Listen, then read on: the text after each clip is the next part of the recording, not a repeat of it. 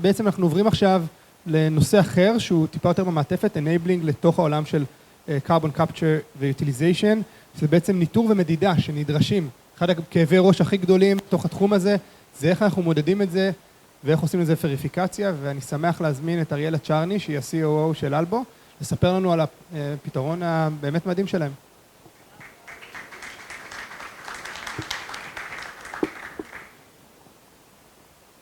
תודה רבה, מתרגשת להיות פה בכנס הראשון לקיבוע פחמן בארץ, זה מאוד מרגש ופותח את הדלת להרבה דברים מעניינים בעתיד.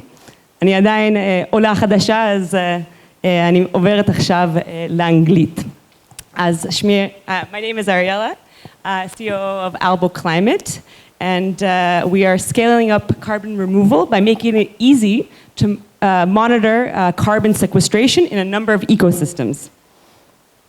So of course our mission is to help it make it more scalable to remove CO2 with nature, and with our partners to help remove over 200 million tons of CO2 by 2025.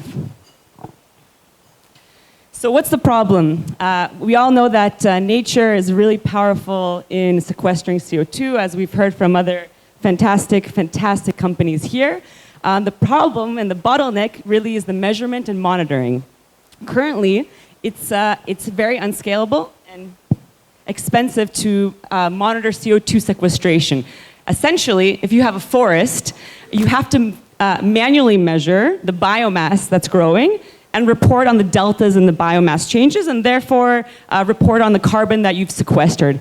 It's a lot of tedious manual labor in the field, in the jungles, and a lot of bureaucracy, paperwork, etc.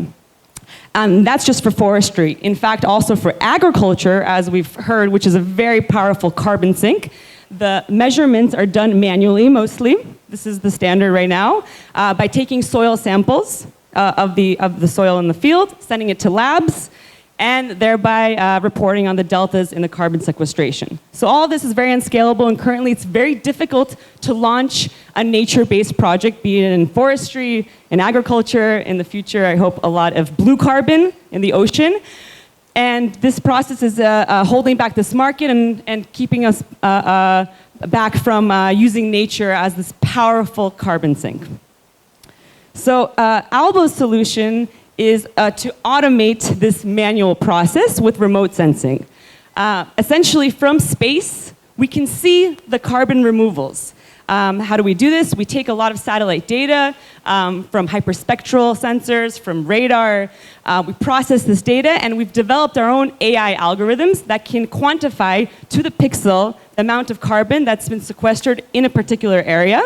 And as I mentioned, we're working actually in a variety of ecosystems, so both forestry, tropical, conifer forests, and also in agriculture.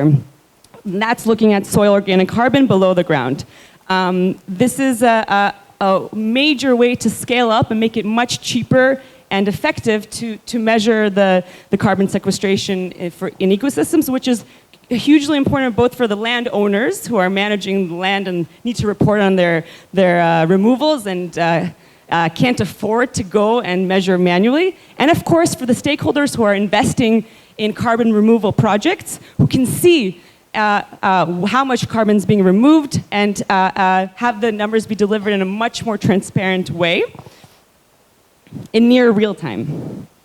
So a bit about the numbers. So we're calculating carbon removal to the pixel, at least 10 by 10 meter resolution per pixel, and it can get even higher. So that means even a small farm somewhere in a really remote area, we can measure from space the carbon that's being removed there, and then that landowner will be eligible eventually to get paid for removing carbon. And in this way, we want to actually democratize this whole market and not leave it just to the giant landowners to participate, because really anyone can remove CO2.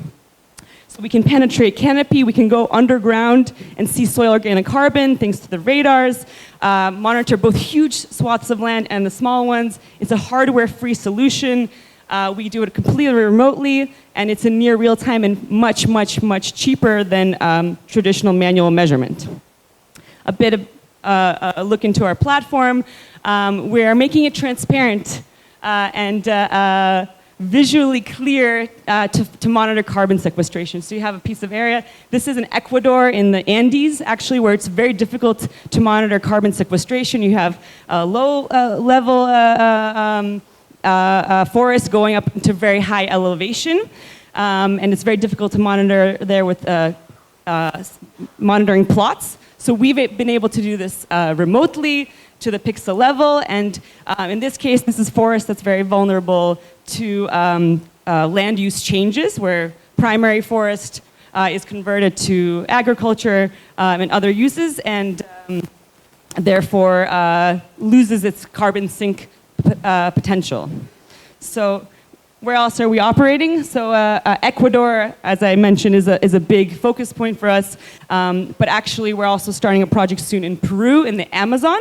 We're working with some really great partners there that are landowners, essentially, Fundación Futuro, and local research institutions, UDLA, in Ecuador.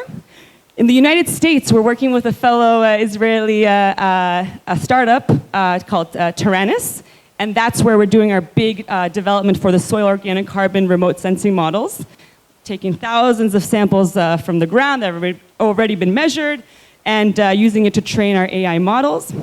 And in sub-Saharan Africa, we're starting 2 projects working actually with government officials to help them monitor massive rainforests and therefore help halt deforestation there through the carbon credit mechanism. A bit about the team. We have here Jacques and Noam, also Siwar. We're a very multidisciplined team of entrepreneurs, business leaders, environmental scientists, AI experts, and all very, very passionate about tackling climate change with nature. So, last slide is missing, but thank you so much. כולם מוזמנים לדבר איתי אחרי הכנס. We would love to see more collaboration in Israel, more government involvement, so we're very excited. So please, please reach out. Thank you. תודה, אריאלה. אז רק